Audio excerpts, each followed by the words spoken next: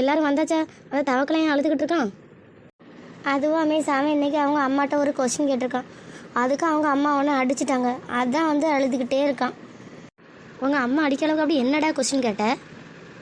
அதுவா மிஸ், வேற ஒன்றும் இல்லை மிஸ். எனக்கு நேற்று காய்ச்சல், அதுக்கு அம்மா வந்து ஆஸ்பத்திரிக்கு போவேன்னு சொன்னாங்க. ஆனால் நீங்கள்லாம் ஹாஸ்பிட்டல், இங்கிலீஷில் சொல்லணும்னா ஹாஸ்பிட்டல், தமிழில் சொல்லணும்னா மருத்துவமனைன்னு சொல்லுவீங்க. அம்மா ஏன் ஆஸ்பத்திரின்னு சொன்னாங்க? அதான் எதுக்குமா ஹாஸ்பிட்டல்னு சொல்லாமல் நீ ஆஸ்பத்திரின்னு சொல்கிறீங்கன்னு கேட்டேன். அதுக்கு எனக்கு காய்ச்சல்னு கூட பார்க்காம அடிச்சிட்டாங்க மிஸ். இந்த சின்ன விஷயத்துக்கு அடித்தாங்க. எனக்கு தெரியும் அந்த கதை. உனக்கு நான் சொல்கிறேன், நீ நல்லா கவனமாக கேட்டுக்கணே. அதுக்கு உறவாத அழாமல் இரு.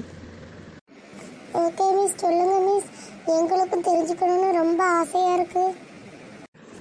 சரி, நான் சொல்கிறேன், நீ கேளு. முன்னாடி உள்ள ஆங்கிலேயர் காலத்தில் ஆஸ் அப்படின்னு ஒரு ஆங்கிலேயர் இருந்திருக்காரு. அவருக்கு ஒரு பொண்ணு, அவங்க பேர் புத்திரி. அப்போ அவங்களுக்கு ஒரு நாள் உடம்பு சரியில்லாமல் வந்திருக்கு. இப்போ பக்கத்தில் இருக்க ஹாஸ்பிட்டலுக்கு போயிருக்காங்க. அப்போ அங்கே போனோன்னு உடம்புலாம் நல்லா சரியாயிருக்கு. அந்த ஹாஸ்பிட்டலுக்கு அதுக்கு முன்னாடி யாருமே போக மாட்டாங்களாம். அப்போ இவங்க போனதோட உடம்பு நல்லா சரியாயிருக்கு. அப்போ ஆசோட புத்திரி வந்து தான் உடம்பு சரியாயிட்டுருக்குன்னு சொல்லிட்டு இந்த ஹாஸ்பிட்டலுக்கு அப்புறம் நிறைய பேர் வர ஆரம்பிச்சிட்டாங்களாம். அதில் உடனே எல்லாரும் ஆஸ்பத்திரின்னு சொல்லி ஆஸ்பத்திரின்னு வந்துட்டான். இதை போய் நீ உங்கள் அம்மாட்ட இன்னைக்கு சொல்லுண்ணே. என் கொஸ்டினுக்கு ஆன்சர் கிடச்சிட்டு தேங்க்யூ மிஸ். இனிமேல் யார் கேட்டாலும் நான் இதே சொல்கிறேன் மிஸ். ரொம்ப தேங்க்ஸ்.